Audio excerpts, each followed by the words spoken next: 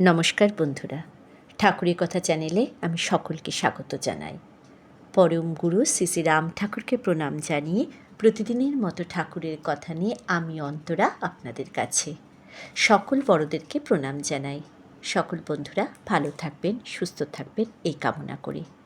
আজকে ঠাকুরের কথা শ্রী শ্রী ঠাকুর রামচন্দ্রদেব স্মরণে গ্রন্থ থেকে রাম ভক্ত শ্রী শুভময় দত্তের কথাই আপনাদেরকে শোনাব। 1340 সনে ঠাকুর ডিঙ্গামানিকে জন্ম উৎসব না করে নোয়াখালী বা ফেনীতে করিবার পরামর্শ দিয়েছিলেন।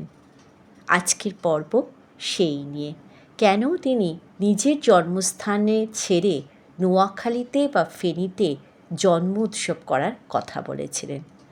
তাহলে শুরু করছি আজকের ঠাকুরের কথা, শুভময় দত্তের কথায়। সঙ্গে থাকুন।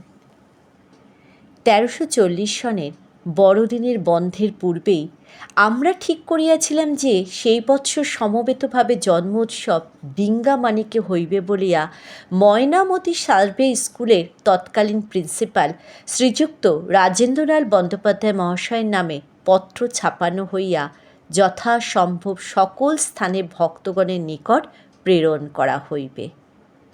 বড়দিনের বন্ধে আমি ও পূর্ণ গাঙ্গুলী মহাশয় এবং তাহার স্ত্রী তরলা দেবী কাশীতে শ্রী শ্রী ঠাকুরসহ একটি বাড়িতে বাস করিতেছিলাম। শ্রী শ্রী ঠাকুর তেতলার একটি কামরায় থাকিতেন এবং আমরা দোতলায় থাকিতাম। একদিন প্রাতে পূর্ণবাবু তেতলা হইতে নামিয়া আসিয়া বলিলেন, শুভদা, খুব একটা ভালো খবর।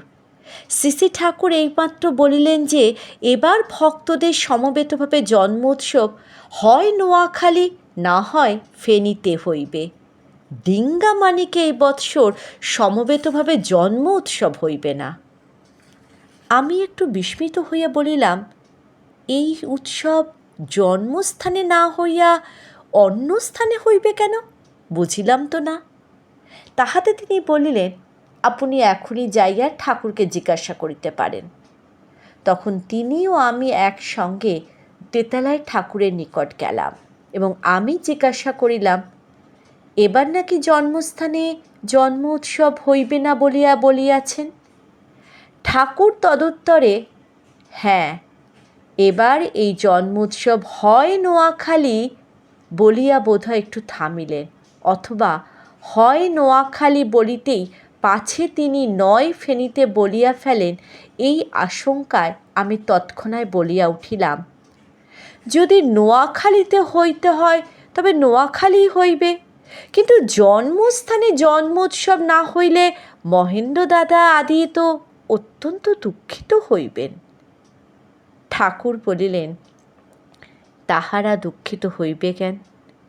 তাহারা পূর্ব বৎসর নিজেরা যেভাবে করিত সেইভাবেই জন্মোৎসব করিবে, কিন্তু সকল স্থানের ভক্তগণ মিলিয়া জন্ম উৎসব এবার নোয়াখালীতেই হইবে। আমি একটু ক্ষীণ স্বরে, জন্ম উৎসব জন্মস্থানে হইবে না বলিয়া একটু বিড়বিড় করিয়া কিছু বলিতেই তিনি বলিলেন, যেখানে ভেদাভেদ থাকে সেখানে মহ উৎসব হইতে পারে না। আমি বলিলাম, আমি তো সেখানে কোনো ভেদাভেদ দেখি নাই। তাহাতে তিনি বলিলেন, না, ভেদাভেদ ছিল। দেখিয়াছেন তো, প্রথম বৎসর লোকে যেখানে সেখানে বসিয়া পরম আনন্দে প্রসাদ গ্রহণ করিয়াছে, কিন্তু গত বৎসর সেইরূপ তো দেখি নাই। যতদূর মনে পড়ে আমি রাজেন্দার নামে পত্র ছাপাইবার ব্যবস্থা হইয়াছিল বলিতেই ঠাকুর একটু বিরক্তিভাবে বলিলেন, আমি রাজেন্দা বুঝি না। এই কথায় আমি আর ওই সম্বন্ধে কোনো দ্বিরুক্তি করতে সাহস পাইলাম না। বলিলাম, তাহা হইলে আপনি ঢাকায় সুরেন্দ্র ভট্টাচার্য মহাশয়কে, ফেনীতে প্রমোদ দাদাকে, চট্টগ্রামে বিধুদা, যোগেশবাবুকে ওই মর্মে পত্র দিয়া জানাইবেন। তিনি প্রত্যেক নাম উচ্চারণ করিতে পত্র দিবেন বলিয়া আমাকে জানাইলেন। আমার বারবারই মনে হইতেছিল যে এই ব্যাপারে মহেন্দ্র দাদা আদি ঠাকুর বাড়ির সমস্ত লোক আমাকে কি মনে করিবেন, তাহারা সকলেই জানিতেন যে পুজোয় ও বড়দিনের বন্ধে আমি শ্রী শ্রী ঠাকুরের নিকটেই থাকি। এমত অবস্থায় তাহারা মনে করিতেই পারেন যে হয়তো তাহাদের অত আদর আপ্যায়ন সত্ত্বেও আমার দ্বারাই এই বিরাট জন্ম উৎসব নোয়াখালীতে স্থানান্তরিত হইল। যাই হোক, শ্রী শ্রী ঠাকুর কথার উপর তৎপূর্বে কোনোদিনই কোনো কথা বলি নাই।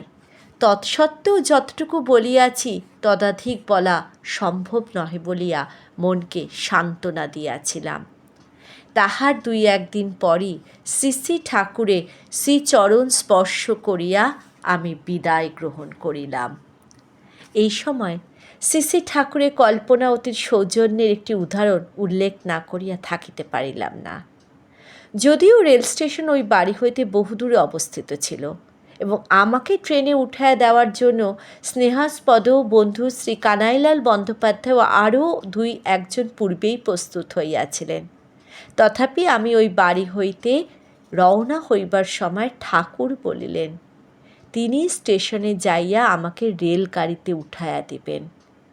আমরা সকলে যথাসাধ্য বিনীতভাবে নিষেধ করায় তিনি ওই কার্য হইতে নিরস্ত হইলেন। জয় রাম, জয় গোবিন্দ।